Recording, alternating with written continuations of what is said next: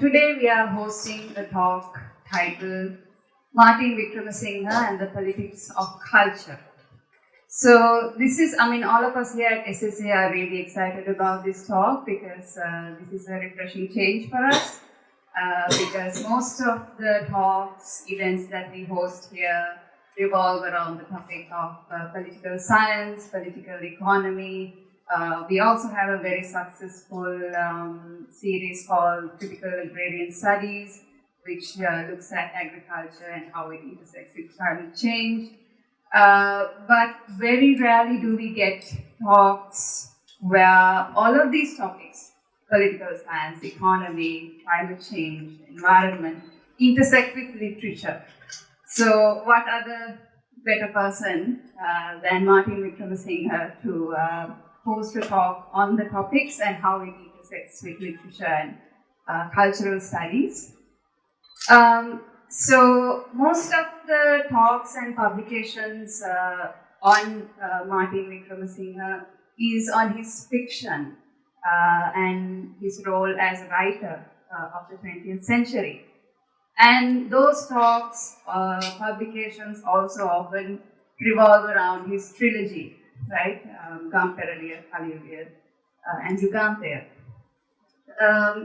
And as a result, most readers and audiences don't see him as anything other than the Helaya Mahakatha, the epithet. So as a result of this epithet, the main perception that has evolved on the figure that is Martin Wickramasinghe is that he was nothing more than a singular nationalist, or that he was nothing more than a writer. Meanwhile, there is another small group of readers who read him as a culturally rooted cosmopolitan writer. Right? So there are these very contrasting, differing opinions about him out there. The majority opinion being that he was a singular Buddhist nationalist. And then there is a much smaller group, derogatorily referred to as the liberals, who read him as a globally oriented, but locally rooted cosmopolitan thinker. So Udita is here to share more perspective on these thoughts by focusing on his lesser known writings on politics mainly, I think, yes. So let me introduce our speaker, Mr. Udita Devapriya. Is an independent researcher, author, columnist, and analyst whose work spans international relations, geopolitics, art and culture, history, anthropology, and politics. So very similar to the writer you're going to talk about. He holds an LLB and a postgraduate diploma in international relations from the Bandaranaike Center for International Studies. Since 2023, Devapriya has authored several books on Sri Lankan figures and institutions. In August 2025, he was a resident fellow at the Kautilya School of Public Policy in Hyderabad. And in November, he lectured on Martin Wickramasinghe's contributions to cultural modernism at the India International Center in New Delhi.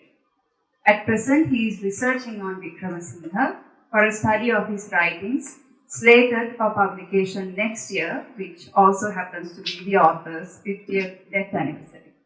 I will stop now and over to you, Udita. Thank you very much, Crystal. First of all, can everyone hear me? Perfect. Once again, thank you, Crystal, for those very effusive comments and that very effusive introduction. The weather these days is not at all amenable for discussion and for reflection on a topic like this, but thank you all the same for taking the time this evening. Martin Wickramasinghe is a name all of us has encountered at some point in our lives. As Sri Lankans or scholars of art, culture, history, politics, and society. A journalist, a critic, a novelist, and essayist, and arguably the foremost public intellectual in Sri Lanka, he was by far one of the most prolific writers and thinkers of his time in this country. This year marks his 135th birth anniversary, the following year his 50th death anniversary. This is a window which offers us an opportunity to reflect critically on his writings, the way he thought and reflected on the subjects that he wrote about. Those subjects, of course, are many: art, culture, history, religion, politics, at times economics, and sometimes international politics. There was no limit to the range of topics that he explored and discussed.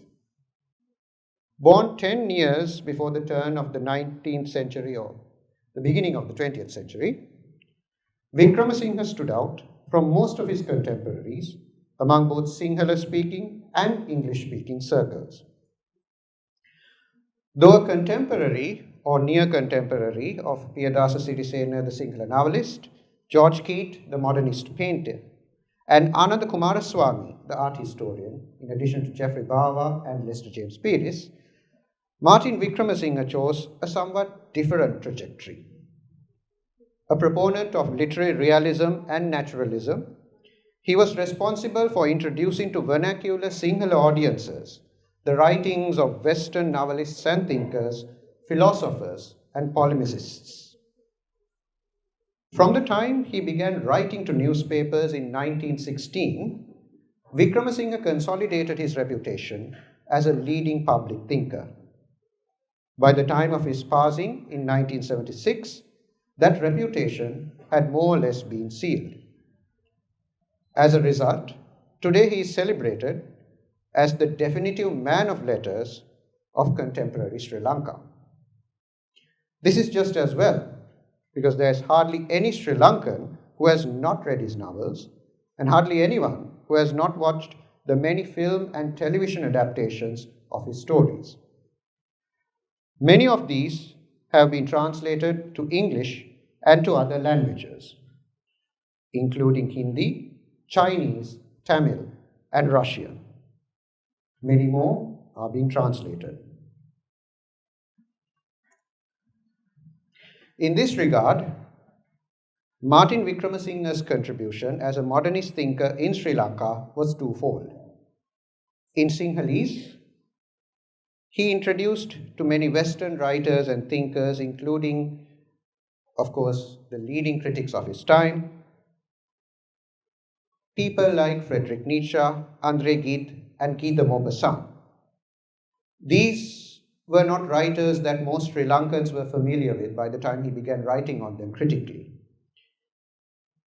A proponent of literary realism, Wickramasinghe adopted many of the techniques which had been pioneered by these writers in his own fiction.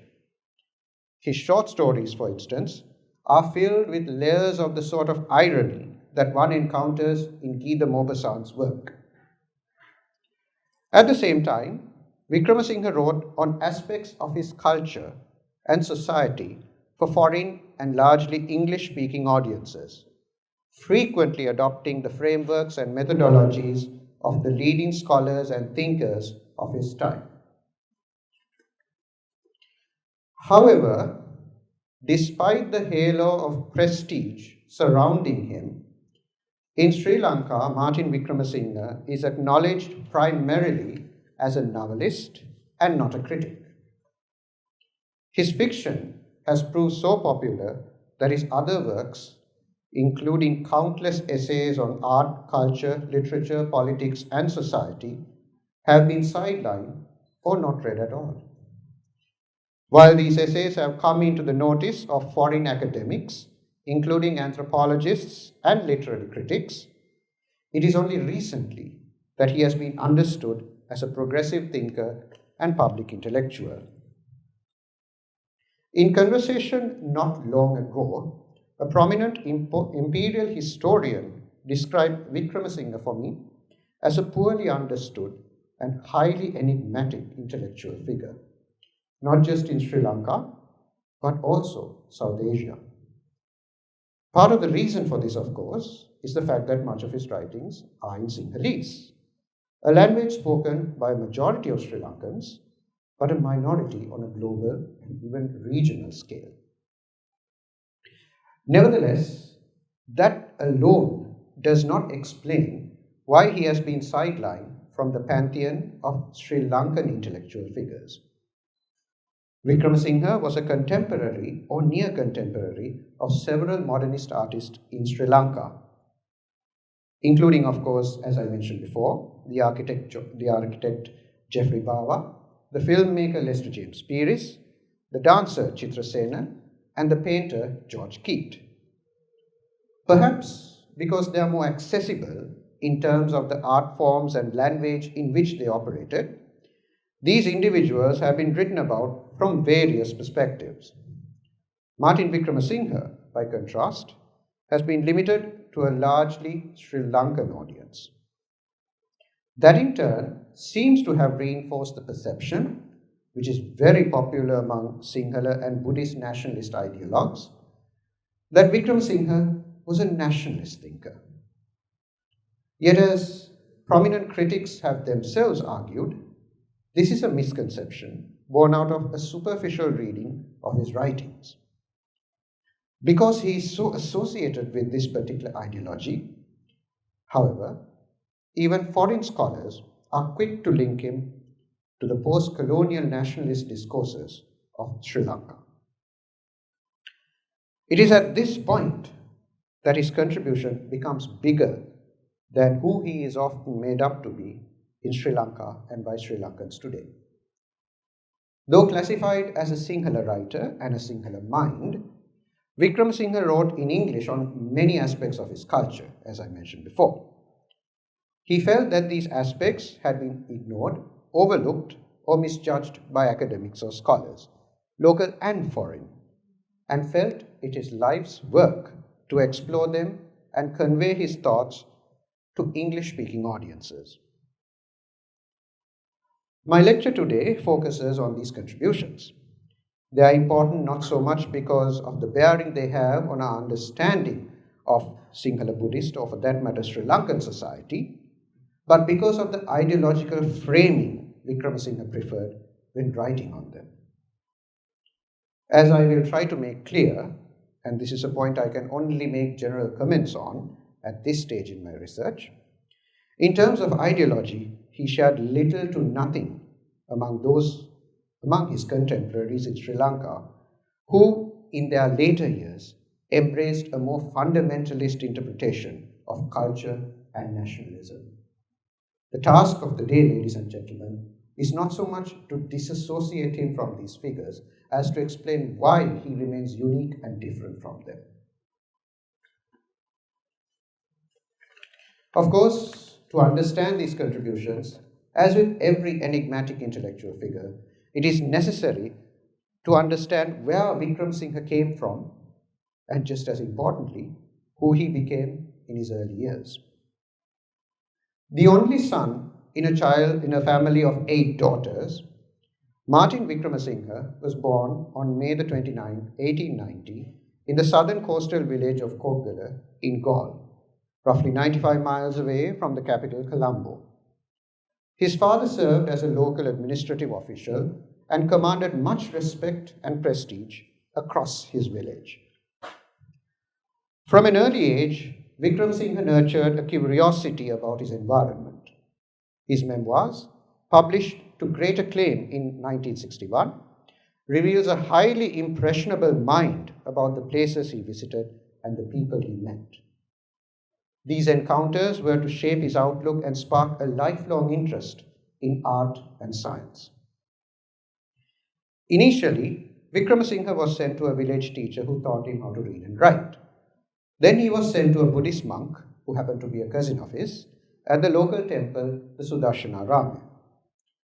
The monk who was put in charge of him, Koggala Dhirananda Thera, happened to be a star pupil from the Vidyodaya Pirivena. Soon, Wickramasinghe became proficient in Pali, Sanskrit, and Sinhala. Not long after, he attended 3 more schools. One of them, Buena Vista, which was located in Unnavatuna, Matsala Unnavatuna, was run by the Anglican Church, specifically the Society for the Propagation of the Gospel, which came under the Bishop of Colombo. Here, one prominent contemporary historian notes, he learnt not just English, but also Latin. He came under the tutelage of Christian missionaries.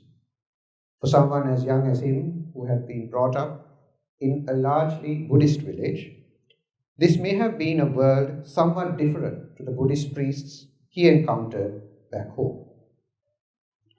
However, it would be a mistake to draw fine lines between these different trajectories of upbringing and education. For over 300 years, since at least the 15th or 16th century, the southern coastline of Sri Lanka, which formed an epicenter of the maritime provinces in Sri Lanka, had been shaped by colonial and European cultural and social influences. From food to dress to ways of thinking and of looking at the world, it was difficult to distinguish between the quote-unquote indigenous and the inauthentic, whatever those terms may mean today. This is a theme which crops up in much of Wickramasinghe's work, specifically his writings on Sinhala culture, and it is a theme which seems to have escaped those who celebrate or critique him as a nationalist icon. Wickramasinghe's father died by the time he turned 10. As the only male in the family, he was naturally looked up to as a breadwinner. While he was sent to school and the family did not immediately terminate his education, Wickramasinghe himself seems to have grown tired of formal schooling and of spending his time in his village. At the age of 16, with his family finances dwindling, he was sent to Colombo. There, he found work as an assistant to a shop owner. Slowly but surely, he came across a world that would doubtless have been much more different to what he had encountered in Gaul. By 1906, when he had settled in Colombo, Ceylon had seen through its most prosperous years under British rule. All that changed in a few months. On his arrival, Wickramasinghe witnessed a strike by a group of bullock carters. The historian Kumari Jayawardena has described this as a turning point in Ceylon's labour movement. It opened the young man's eyes to the tensions which were making themselves felt in the city. It was during this time that he began to read, and more importantly, to reflect on what he read. As his memoirs reveal, he read indiscriminately but critically. Among the authors he came across at this point were rationalists and freethinkers like Samuel Ley, Ernst Haeckel, Thomas Huxley, Paul Keres, and of course Robert Ingersoll. All these writers revived his childhood interest in biology and made him interested in other topics like anthropology. Among these writers, perhaps the most prominent initially was Robert Ingersoll. In the 19th century, Robert Ingersoll's ideas, his critique of organized religion and specifically Christianity, had entered Ceylonese society and Indian society, influencing some of its most radical minds. As Wickramasinghe read him, he formed his own opinions of tradition and culture, which he would pour into his first novel in 1914, all the way until his last novel in 1973. Indeed, Ingersoll's writings pushed him to subscribe to rationalist literature and attend some of the leading public debates of the day in Colombo. Ultimately, as with all good readers, he began to write. His first novel, Leela, published in 1914, sold somewhat well and had a lukewarm reception. In it, he articulated a critique of culture and tradition which proved to be off-putting for some. So strong was the critique, in fact, that one prominent critic, who happened to be a Buddhist monk, speculated that it may well have been written by a Christian hostile to Buddhism. 2 years after Leela came out, Martin Wickramasinghe began to write to the Dinamina, the leading daily newspaper in the country at the time. He quickly sparked controversy. He was a man who was not shy of courting controversy. by venturing into a very sensitive topic, rebirth. His first few articles provoked very angry responses. As a science writer and journalist, Nalaka Gunawardena observes, people were intrigued and some outraged by this unheard of man questioning not only Buddhist but also Hindu belief in rebirth. It was through such controversies, however, that he would emerge as not only a leading intellectual but also a contrarian thinker in Ceylon. At this point, Ceylon had become a crown colony of the British Empire. The country had bifurcated but also vacillated between a Western educated English speaking elite and a Sinhala and Tamil educated majority. As one historian put it, Ceylon was considered one of the jewels in the imperial crown. Riding this wave of affluence was a diverse and cosmopolitan elite. Often described as Ceylonese, it was bound together by Western values and a deeply Anglicized lifestyle. By 1911, this rift had more or less peaked, and fewer than 5% of the population were literate in English. The leading schools in the country, established by either the government or by private institutions, dished out an education that was English-oriented and rooted in European values. It was against this backdrop that Wickramasinghe found himself in Colombo and began to write. Soon he was to make a seminal contribution as a public intellectual. It is from this perspective that we must examine his writings. Although celebrated by young and old Sri Lankans, Martin Wickramasinghe has been pigeonholed and stereotyped as a writer of fiction. This seems to have made him somewhat inaccessible for foreign readers. And yet, Wickramasinghe wrote voluminously on English. Though he began writing in English as a public thinker in the 1930s and 1940s, the books he read in Colombo, the thinkers he came across, gave him the foundation that he needed to question custom, tradition, and society. Since his death, there has been a steady stream of retrospective reviews of Wickramasinghe. Sri Lankan scholars have examined him from multiple vantage points. Many of these reviews have been published in newspapers, then as now the main forum for discussion among many Sri Lankans. Unless, of course, you count social media, since that too has become a site of lively discussions on language, literature, art, and culture. Not a few scholars and not a few Sri Lankan academics writing in English have examined Wickramasinghe as well. Literary critics, anthropologists, linguists, and scholars drawn from other related fields have attempted to piece together Wickramasinghe's writings and draw up an image of him. The image that these scholars have constructed of him have helped us immensely in critically appraising his work. It goes without saying that this is a task which has to be taken up and continued by others. And yet, ladies and gentlemen, it is necessary to critically appraise some of these appraisals as well.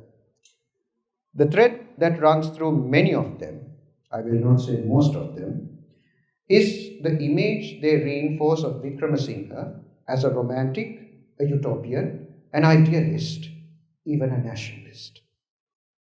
The idea that emerges here is that though he may not have been an intolerant figure himself, as a thinker, he contributed to the post-colonial discourses of nationalism and nationality, which have ruptured our society in the post-1948 conjuncture. I think this critique comes out quite forcefully and eloquently in the writings of scholars such as Anupama Mohan, Jonathan Spencer, and Stanley Tambaya. In this reading of his work and career, he is presented as a promoter of agrarian utopianism. As my friend Danuka Bandara puts it, in this he seems to have shared a common lineage with Ananda Kumaraswamy. To quote Danuka, with reference to both figures, Their role in shaping the Sri Lankan national consciousness cannot be understated. Of the Sinhalese Buddhist agrarian utopia, the natural aim towards which the nation must strive has shaped the Sinhalese Buddhist vision of nationhood, at least since the Buddhist revivals swept the island of Ceylon in the early 19th century.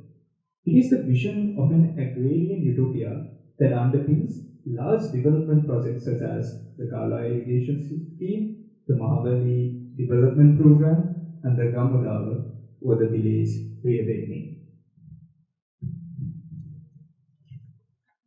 The implication here is that just as Ananda Kumaraswamy had helped construct a pristine, authentic, pre-colonial utopia vis-à-vis Kandyan art, culture, history and society, so Martin Wickramasinghe, in his countless essays on these subjects, constructed a utopia for the southern province or low country of Sri Lanka, a region which, as I have noted already, could not have been more different to the rural hinterlands of the Kandyan kingdom. Of course, to couple Ananda Kumaraswamy with Martin Wickramasinghe is somewhat anachronistic. In terms of social class and background, there was little that the two shared in common. Kumaraswamy was educated almost completely in English, hailed from one of the leading elite families in Ceylon, and wrote and thought completely or almost completely in English. A barrier which, in my view, explains his overt romanticization of Kandyan art and culture, not to mention the many generalizations that he indulged in when he wrote on them, as has been mentioned by the prominent art critic and historian Senaka Bandaranaike. By contrast, Wickramasinghe came from a rural middle-class family, was almost fully educated in Sinhala, and was largely self-taught, self-read, and self-formed. Yet these differences have not really prevented scholars from reading into Wickramasinghe in ways he may not have been conscious of or sensitive to. In this regard, I think Anupama Mohan offers some of the most searing criticisms of Wickramasinghe's fiction and non-fiction. She argues in particular that works like Gamperaliya, which are now considered landmarks in Sri Lankan and Sinhalese literature, must be viewed as an alternative and more optimistic reading of Sinhala culture. To quote Mohan, they represent Wickramasinghe's desire to present to his reader a different Ceylon, a more authentic Ceylon. Such critics can, of course, be debated and discussed, as they should. However, the allegations she raises next are more serious. Mohan rounds off her chapter on Wickramasinghe by arguing that his reimagining of Sinhala culture and society was to lend sustenance to such Sinhala extremist ideals in the 1980s as Gunadasa Amarasekara's Jathika Chintane. Comparing Gamperaliya with Leonard Woolf's The Village in the Jungle, Mohan argues that Wickramasinghe tried to represent his village as a self-contained world far removed from the metaphysical terrors of the colonial theatre. In her view, that laid the foundation for the intolerant, militant forms which Sinhala nationalism has taken on today. Stanley Thambaya's and Mohan's critique, revisited by Ganka Bandara, converge on three broad fronts. First, they argue that Wickramasinghe idealized the society he came from.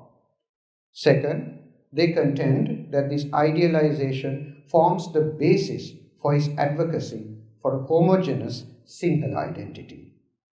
A homogeneity that Mohan, for instance, finds in Gamperaliya's eschewing of class barriers in favor of a post-caste Sinhala nation. Third, they state that these sentiments find full expression not in his time. Indeed, Thambaya and Mohan both imply that Wickramasinghe may not have been responsible at all, but in later and more intolerant forms of Sinhala nationalism. Ergo, Wickramasinghe as a torchbearer and flag holder for totalizing ideologies which he may not have supported, but nevertheless laid the groundwork for. Of course, these critiques raise a rather important point regarding how Wickramasinghe is read today. In her dissertation on his literary criticism, Chamila Somenratne contends that both nationalist and liberal scholars have been complicit in reinforcing perceptions of Wickramasinghe as a nationalist figurehead. In her thesis, she takes aim at scholars who attempt, on the basis of his writings on the Sinhala village, to portray him as a utopian. A close reading of Wickramasinghe's writings in literature and literary criticism provides strong evidence. Wickramasinghe introduced an alternative method of making sense of the local in relation to the metropolitan. This is a critique of a critique which squares with what Crystal Baines, the presenter and introducer today, in her research on secularism in South Asia, has written about Martin Wickramasinghe's attitudes. The lasting impact of the skeptical Victorian thinkers such as Charles Darwin, Thomas Huxley, and John Stuart Mill is evident in Wickramasinghe's analysis of Buddhist philosophy and Sinhala culture. Ladies and gentlemen, I have laid down the charges that have been levelled against Wickramasinghe.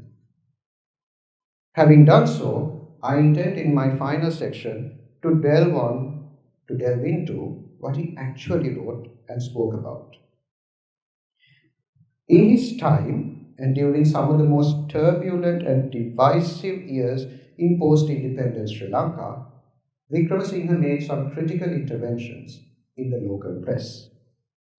In particular, I will focus here on 3 strands in his writings, which I hope will help us to contextualize him better in view of how nationalism has progressed in Sri Lanka or declined since 1976, the year of his passing.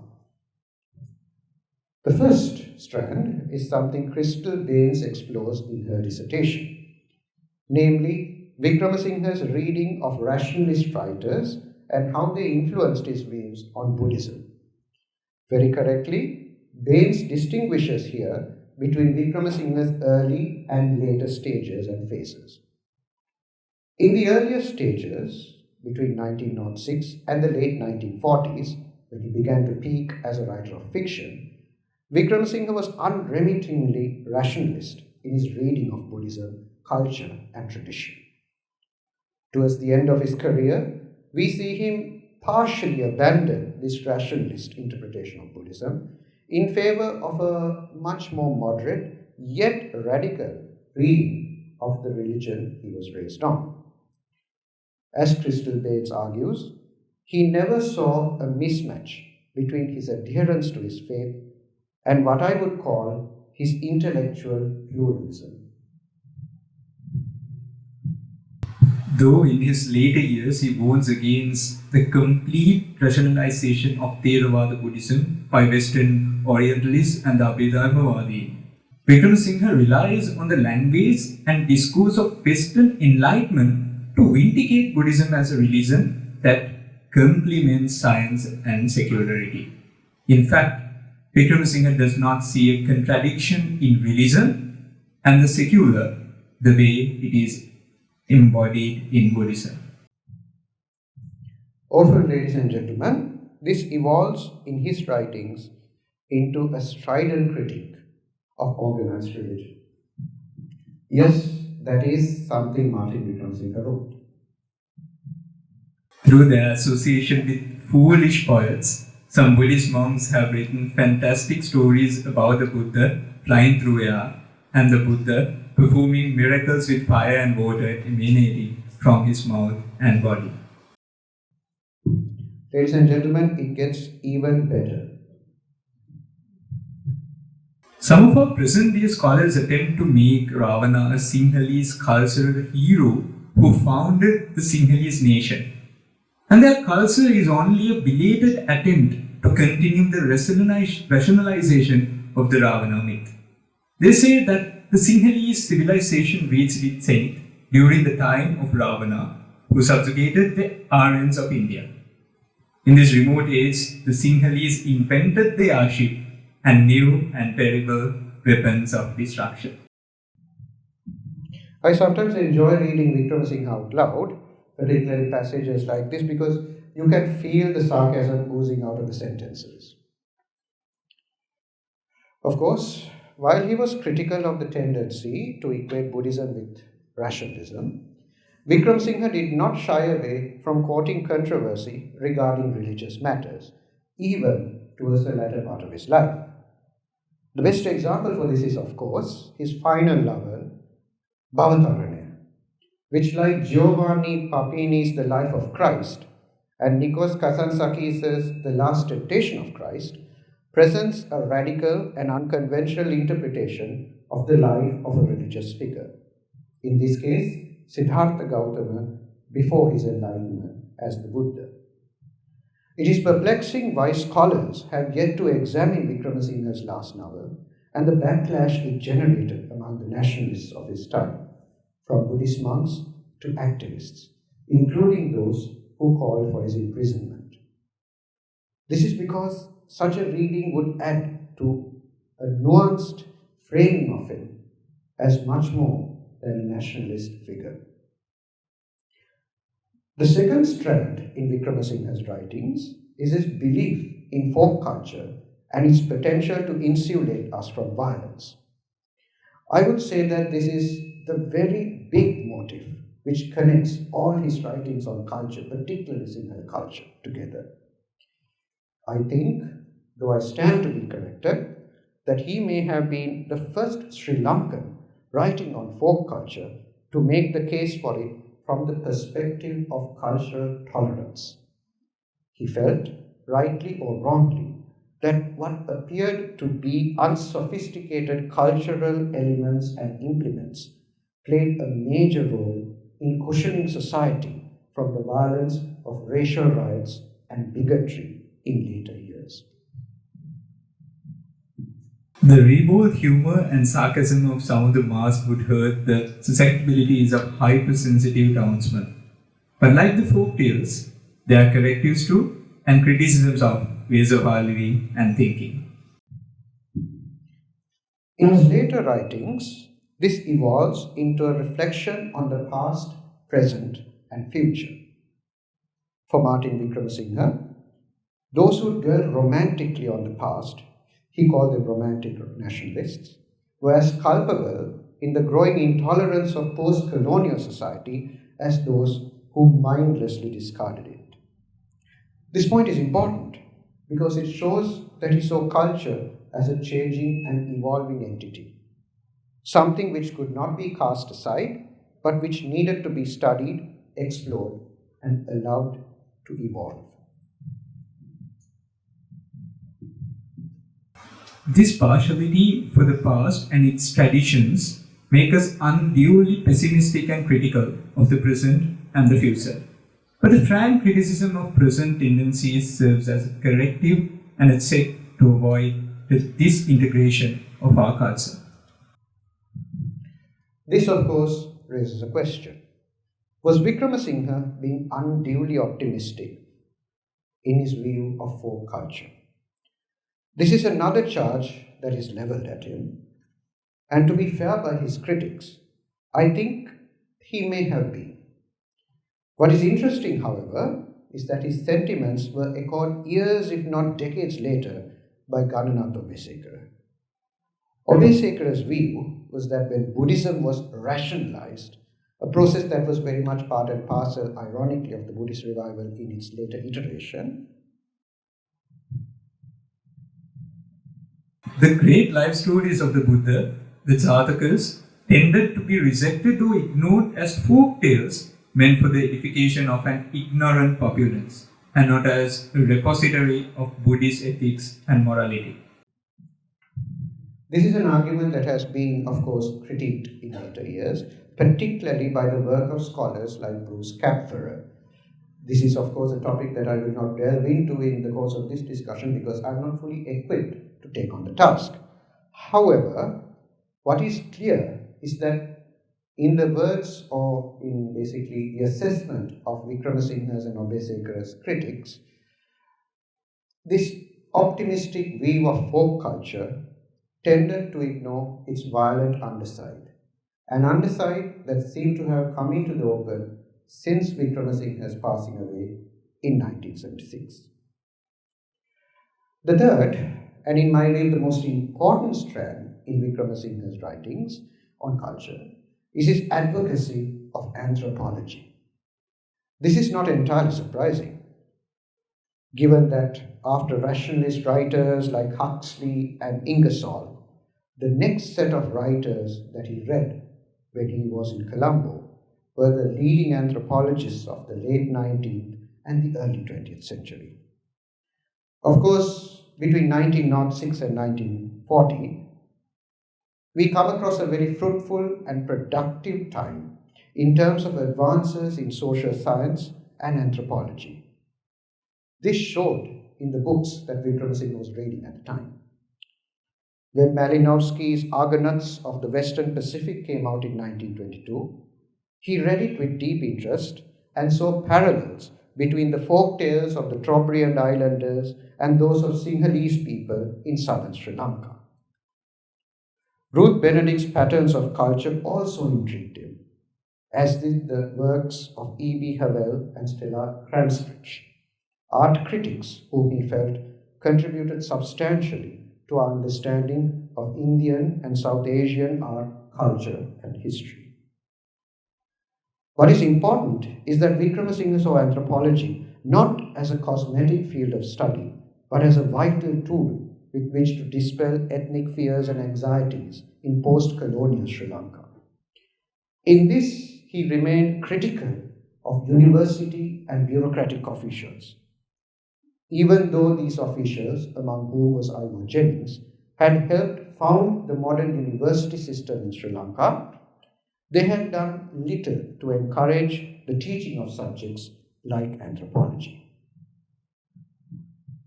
If he had established a department of anthropology at the beginning, his knowledge and atmosphere, I believe, would have opened to the schools, curbing the narrow national and religious sentimentalism of the people who were responsible for the recent riots.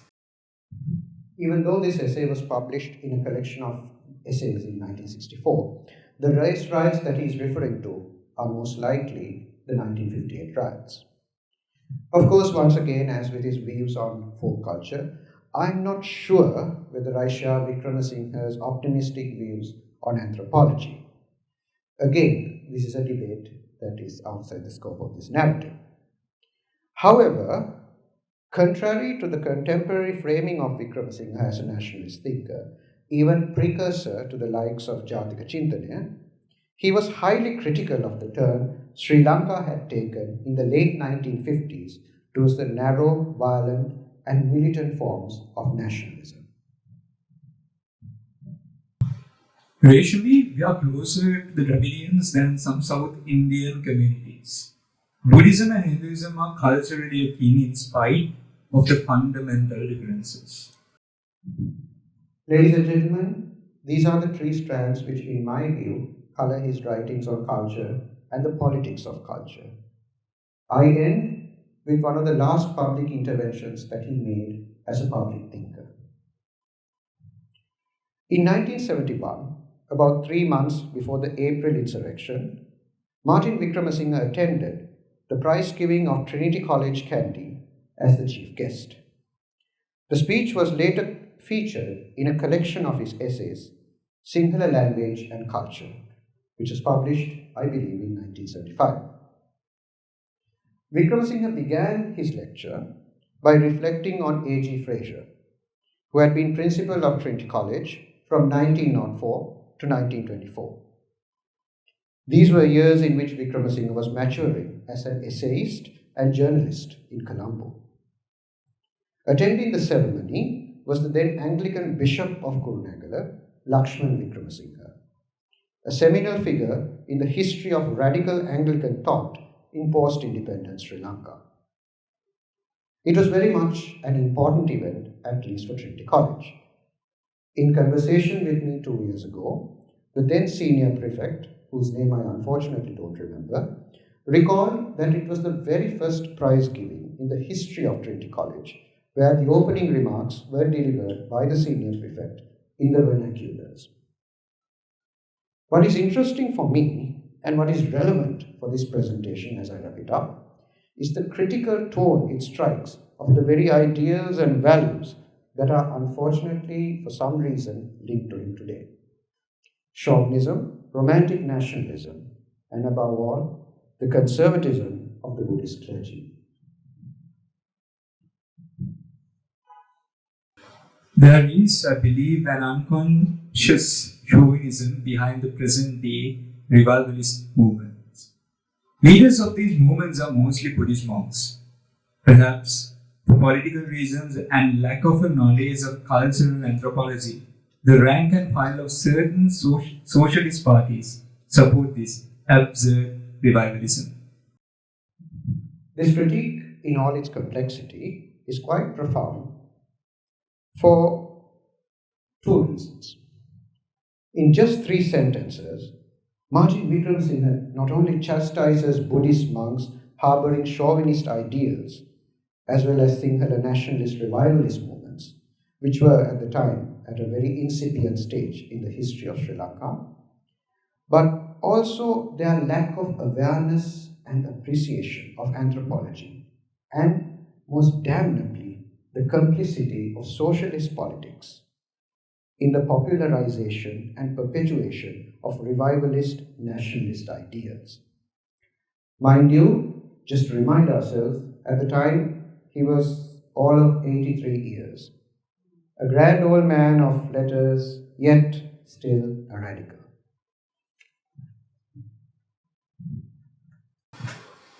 We are living in Ceylon like an integrated community, not as isolated individuals.